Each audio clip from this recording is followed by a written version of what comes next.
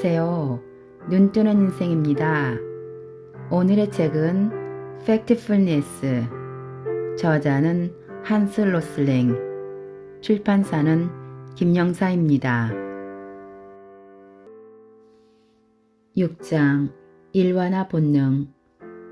사람은 끊임없이 범주화하고 일반화하는 성향이 있다. 무의식 중에 나오는 성향이지 편견이 있다거나 깨우치지 못해서 그런 것은 아니다. 우리 사고가 제 기능을 하려면 범주화는 필수다. 범주화는 생각의 틀을 잡는 작업이다. 일반화 본능은 이 책에서 언급한 다른 모든 본능과 마찬가지로 우리에게 필요하고 유용하지만 세계를 바라보는 시각을 왜곡할 수 있다. 실제로는 매우 다른 사물이나 사람 또는 국가를 같은 범주로 잘못 묶을 수 있고 같은 범주에 속한 모든 대상을 다 비슷하다고 단정할 수도 있다. 그리고 아마도 가장 큰 문제는 소수를 가지고 심지어 매우 드문 단 하나의 사례를 가지고 그것이 속한 범주 전체를 속단할 수 있다는 점이다. 이번에도 언론은 이런 본능의 친구다. 엉터리 일반화와 고정관념은 언론이 일종의 속기처럼 사용하는 것으로 빠르고 쉽게 소통하는 방법이다. 요즘 신문에 나오는 전원생활, 중산층, 슈퍼맘, 조직원 등이 그러한 예에 속한다. 간극 본능은 세상을 우리와 저들로 나누고 일반화 본능은 우리가 저들을 다 똑같은 사람으로 생각하게 한다. 오늘날 전 세계 1세 아동 중 어떤 질병이든 예방접종을 받은 비율은 몇 %일까? 나는 세계 10대 은행 중 3곳을 방문했는데 회의실에 모인 말쑥하게 차려입은 71명의 은행 간부 중 무려 85%가 전 세계에서 소수의 아이들만 예방접종을 받는다는 매우 틀린 답을 내놓았다. 88%의 아이가 예방접종을 받는데도 주요 투자자들이 20%의 아이만 예방접종을 받는다고 생각한다면 거대한 투자 기회를 놓침으로써 임무를 제대로 수행하지 못할 공산이 크다. 사업계획을 전략적으로 세우는 사람이라면 사실에 근거한 세계관을 바탕으로 미래의 고객을 찾아야 한다. 일반화 본능을 어떻게 억제할까? 달러 스트리트는 소파에 앉아 여행을 즐기는 사람들에게 세계를 알려주려고 안나가 개발한 프로젝트다. 달러 스트리트를 이용해라. 안나는 지금까지 50개국이 넘는 나라에 약 300개 가정의 사람을 보내 사진을 찍었다. 그들이 찍은 사진에는 사람들이 어떻게 먹고 자고 이를 닦고 식사 준비를 하는지 잘 나타나 있다.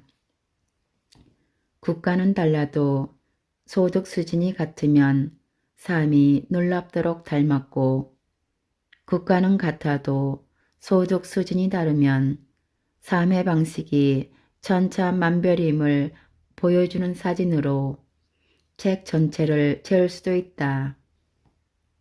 또한 내 범주에 의문을 품어라.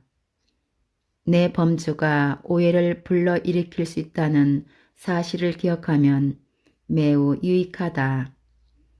자신이 즐겨 사용하는 범주에 늘 의심을 제기하는 효과적인 방법 5가지가 있다. 첫째, 내부의 차이점과 집단 간 유사점을 찾아보라. 어떤 나라에 대한 고정관념은 그 나라 내부의 상당한 차이를 보는 순간, 그리고 문화나 종교에 상관없이 소득 수준이 같은 여러 나라 사이에서 상당한 유사점을 보는 순간 무너져 버린다. 누군가 어떤 행동을 하는 이유는 그가 특정 집단에 속했기 때문이라고 말하는 사람이 있을 때 주의해야 한다. 아프리카는 54개국 10억 인구가 사는 거대한 대륙이다. 따라서 발전의 4단계 모습이 모두 존재한다. 이런 상황에서 아프리카 나라들은 이라거나 아프리카의 문제는 이라는 말은 앞뒤가 맞지 않는데도 사람들은 늘 그런 식으로 얘기한다. 둘째, 다수에 주의하라. 어느 집단의 다수가 어떤 특징을 갖고 있다는 말은 마치 그 집단 대부분이 공통점을 지니고 있다는 말처럼 들릴 수 있다. 다수는 단지 절반이 넘는다는 뜻이다. 51%일 수도 있고 99%일 수도 있다. 이럴 때 가능하다면 몇 %인지 물어보라. 셋째, 예외 사례에 주의하라. 전체 집단의 특징을 설명할 때는 조심해야 한다. 화학물질 공포증은 강렬한 인상을 주는 유해적인 해로운 물질 몇 가지를 일반화한 데서 생긴다. 화학물질이라고 하면 무조건 겁부터 내는 사람도 있다. 하지만 모든 것은 화학물질로 만든다는 사실을 기억하라. 전연제품도 그렇고 공산품도 그렇다. 넷째, 나는 평범하지 않을 수 있다고 생각하라. 내 경험이 평범하지 않을 수 있다는 가능성을 늘 열어둬야 한다.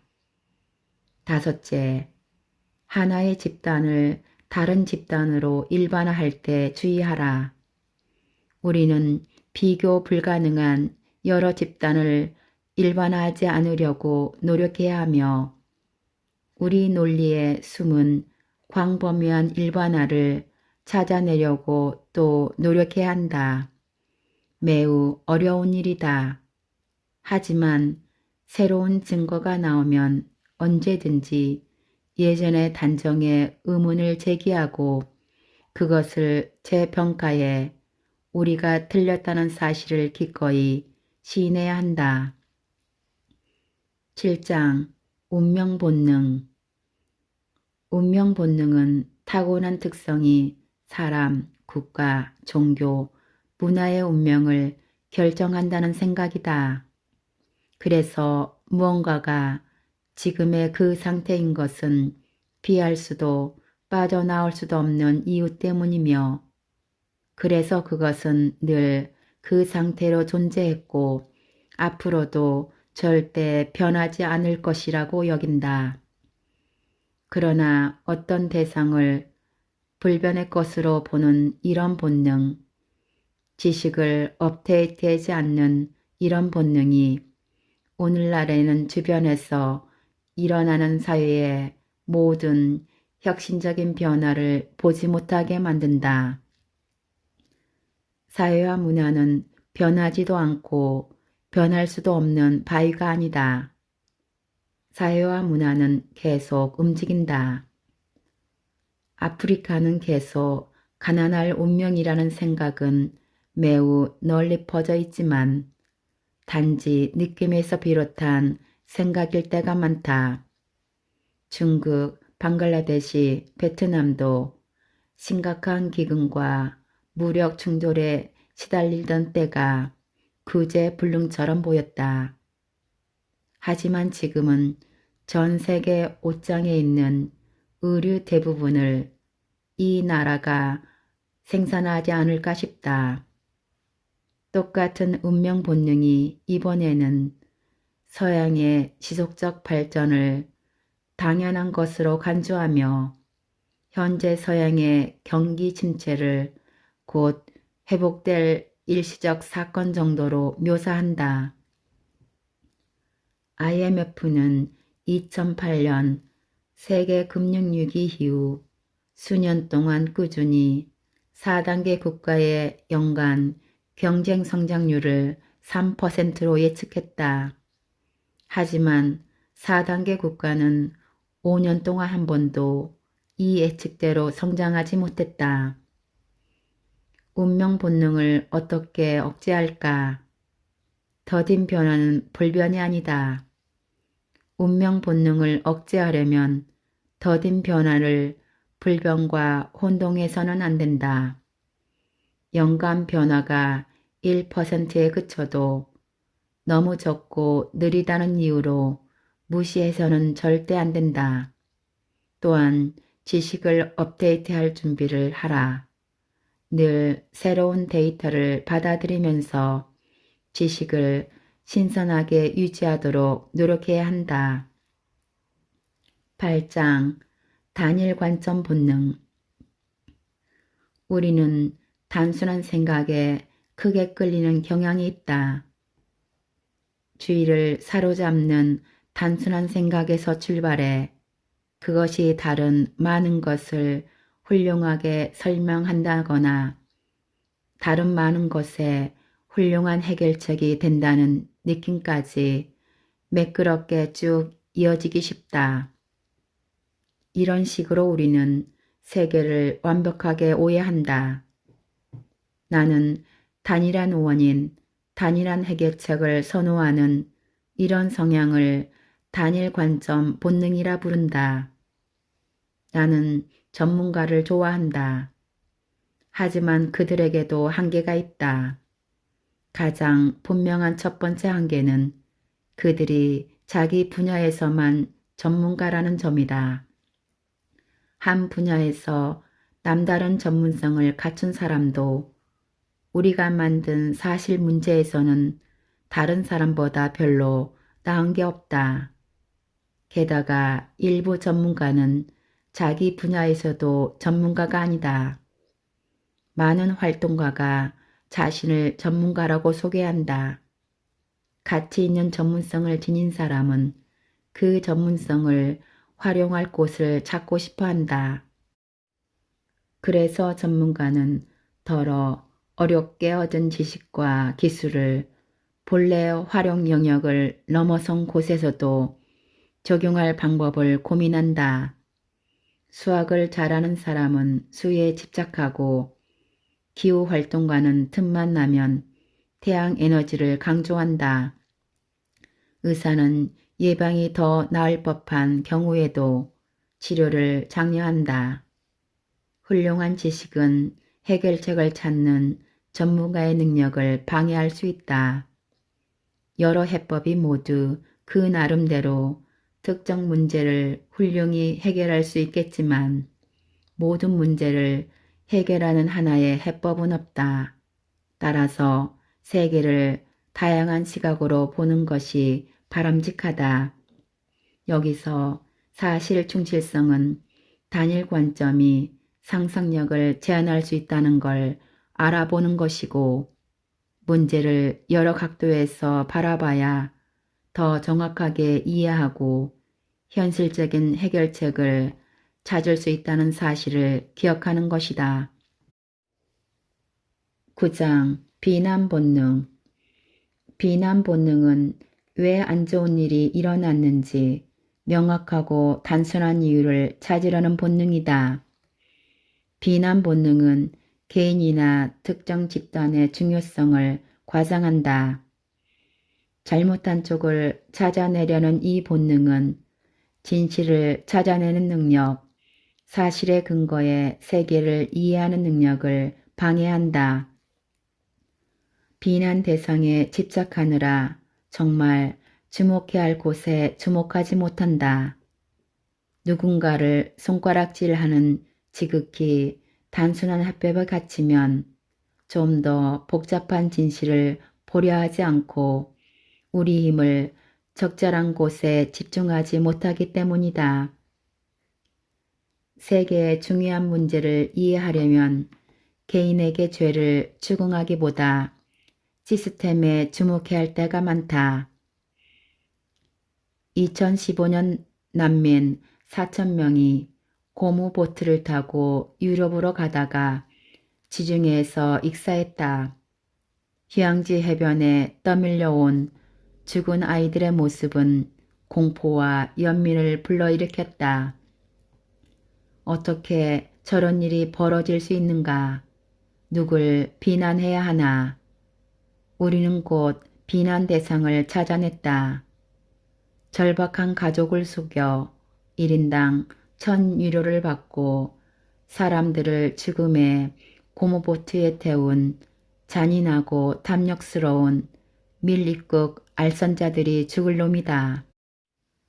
그런데 난민은 편안한 비행기나 여객선을 타지 않고 왜 육지로 리비아나 터키로 가서 다시 저런 부실한 고무보트에 목숨을 맡기는 걸까?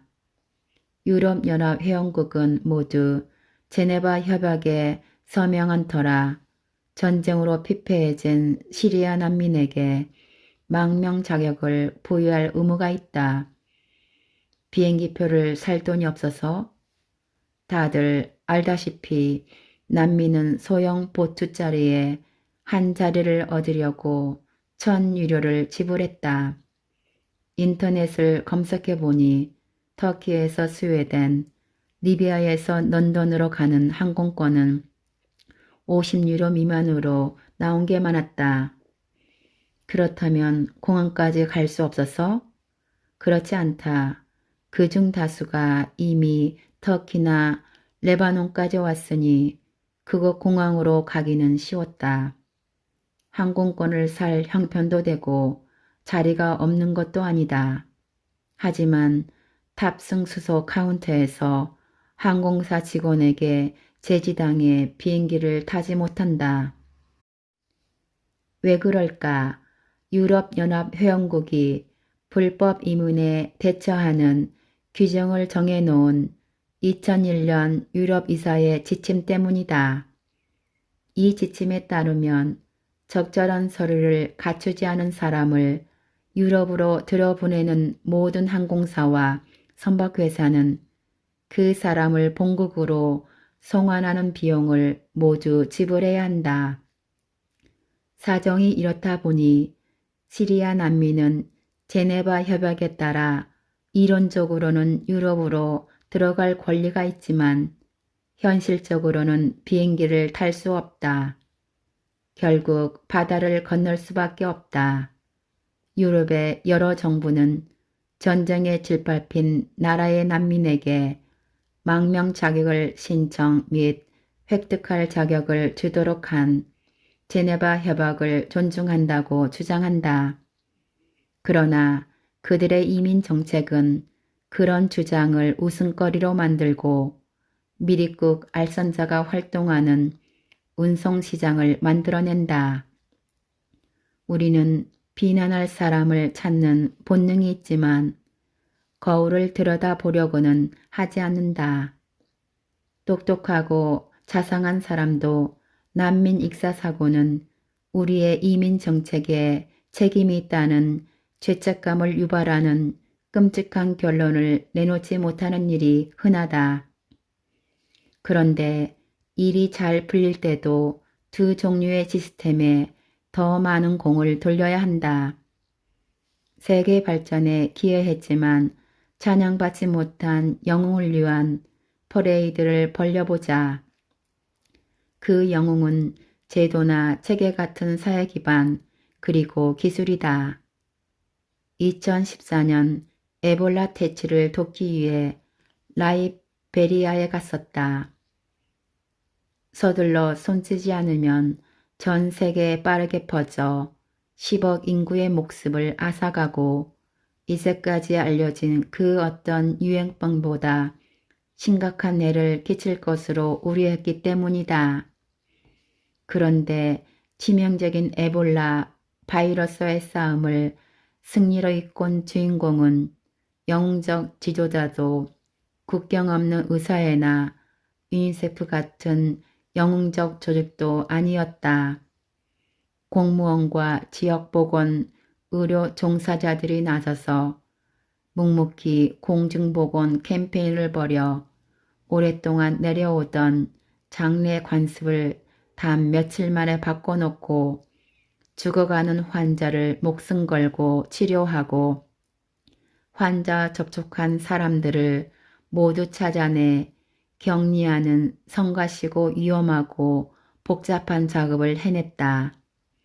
인내심을 갖고 사회를 움직이는 용감한 사람들, 존처럼 언급되지 않지만 이 세계의 진정한 구세주들이다.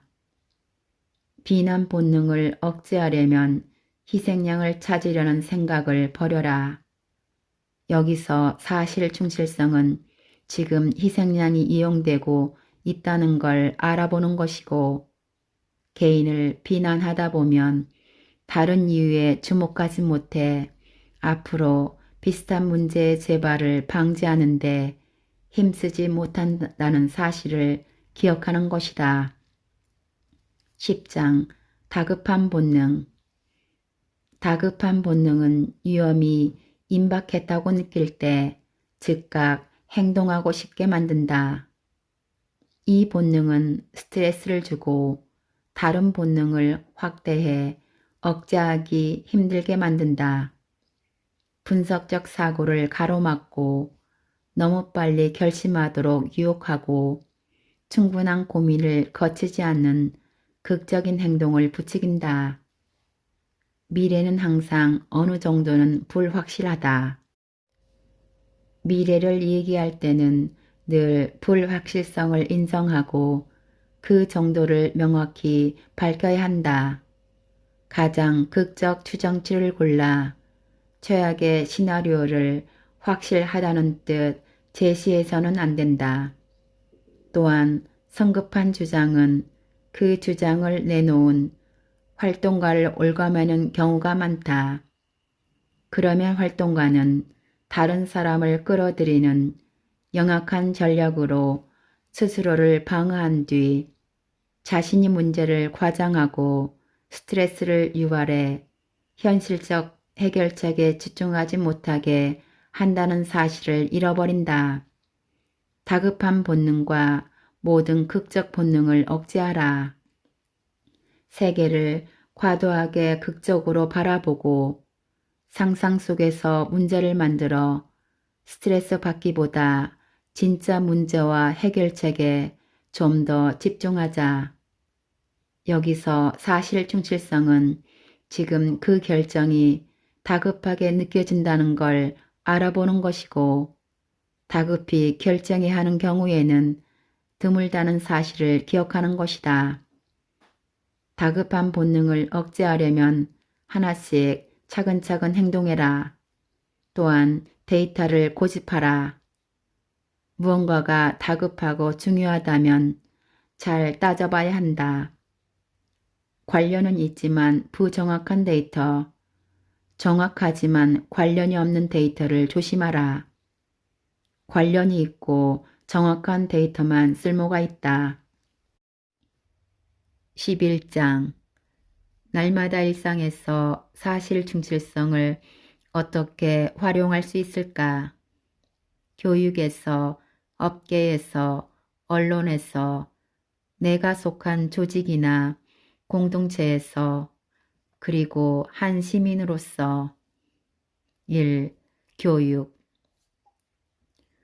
우리는 아이들에게 나라마다 건강과 소득 수준이 다르고 대부분의 나라가 중간 수준이라는 사실을 가르쳐야 한다. 내 나라의 사회적 경제적 지위를 다른 나라와 비교하고 그것이 어떻게 변화하는지 가르쳐야 한다. 내 나라가 지금까지 발전해온 과정을 소득 수준 변화와 함께 이해하고 그 지식을 이용해 오늘날 다른 나라의 삶도 이해하도록 가르쳐야 한다. 사람들의 소득 수준이 올라가고 거의 모든 것이 개선되고 있음을 가르쳐야 한다. 과거에는 삶이 어떠했는지 가르쳐 발전이 없었다고 오해하지 않도록 해야 한다. 세상에는 나쁜 일도 일어나지만 점점 개선되는 것도 많다는 생각을 하도록 가르쳐야 한다. 문화적 종교적 고정관념은 세계를 이해하는데 무용지물이라는 사실을 가르쳐야 한다. 뉴스를 소비하는 법, 스트레스를 받거나 절망하지 않고 극적인 이야기를 알아보는 법을 가르쳐야 한다. 사람들이 흔히 수치로 어떻게 속임수를 쓰는지 가르쳐야 한다. 세계는 계속 변화해서 살아가는 내내 지식과 세계관을 꾸준히 업데이트해야 한다고 가르쳐야 한다. 그리고 무엇보다 우리 아이들에게 겸손과 호기심을 가르쳐야 한다. 여기서 겸손이란 본능으로 사실을 올바르게 파악하기가 얼마나 어려운지 아는 것이고 지식의 한계를 솔직히 인정하는 것이다. 호기심이란 새로운 정보를 마다하지 않고 적극 받아들이는 자세를 말한다. 아울러 내 세계관에 맞지 않는 사실을 끌어안고 그것이 내포한 의미를 이해하려고 노력하는 것이다. 2. 업계 기업체를 운영하는 사람이나 그 직원은 채용, 생산, 마케팅, 투자에서 사실에 근거한 세계관에 따라 행동하는 것이 그 어느 때보다 쉽고도 중요해졌다. 영업 또는 마케팅과 관련해 유럽이나 미국에서 대기업을 운영하는 사람과 그 직원은 미래의 시장이 성장할 곳은 그들 나라가 아니라 주로 아시아와 아프리카라는 사실을 이해해야 한다. 채용과 관련해서는 세계 여러 나라의 직원을 고용할 때 유럽 기업이나 미국 기업이 우위를 누리던 시대는 지나갔다는 것을 알아야 한다. 구글의 최고 경영자 순다르 피차이와 마이크로소프트의 최고 경영자 사티아 니델라는 모두 인도에서 태어나고 인도에서 교육받았다. 나는 유럽 기업에서 강연할 때면 유럽 브랜드라는 이미지를 희석시키고 본사를 다른 곳으로 옮기라는 말을 잊지 않는다. 투자 결정과 관련해서는 과거 식민지 시대에 형성된 아프리카를 바라보는 순진한 시각을 버리고 오늘날 최고의 투자 기회는 가나, 나이지리아, 케냐에 있다는 것을 알아야 한다. 업계는 조만간 철자 실수보다는 사실 오해를 바로잡는 데 신경을 쓰고 직원과 고객이 세계관을 반드시 정기적으로 업데이트하길 바라지 않을까 싶다. 3. 언론 언론인 활동과 정치가도 인간이다. 이들은 우리에게 거짓말을 하는 게 아니다. 이들도 극적인 세계관의 피해자일 뿐이다. 다른 사람과 마찬가지로 이들도 정기적으로 세계관을 점검하고 업데이트해야 하며 사실에 근거해 생각하는 습관을 키워야 한다. 덜 왜곡된 세계관을 전달하기 위해 언론인이 할 수 있는 일이 더 있다. 사건을 역사적 맥락에서 이해하면 그 사건의 비중을 과장하지 않을 수 있다. 소비자인 우리는 뉴스를 좀 더 사실에 근거해 소비하고 뉴스가 세계를 이해하는 매우 유용한 도구는 아니라는 사실을 알아야 한다. 지금까지 Factfulness 6장에서 11장까지 요약 발췌하여 읽어드렸습니다. 감사합니다.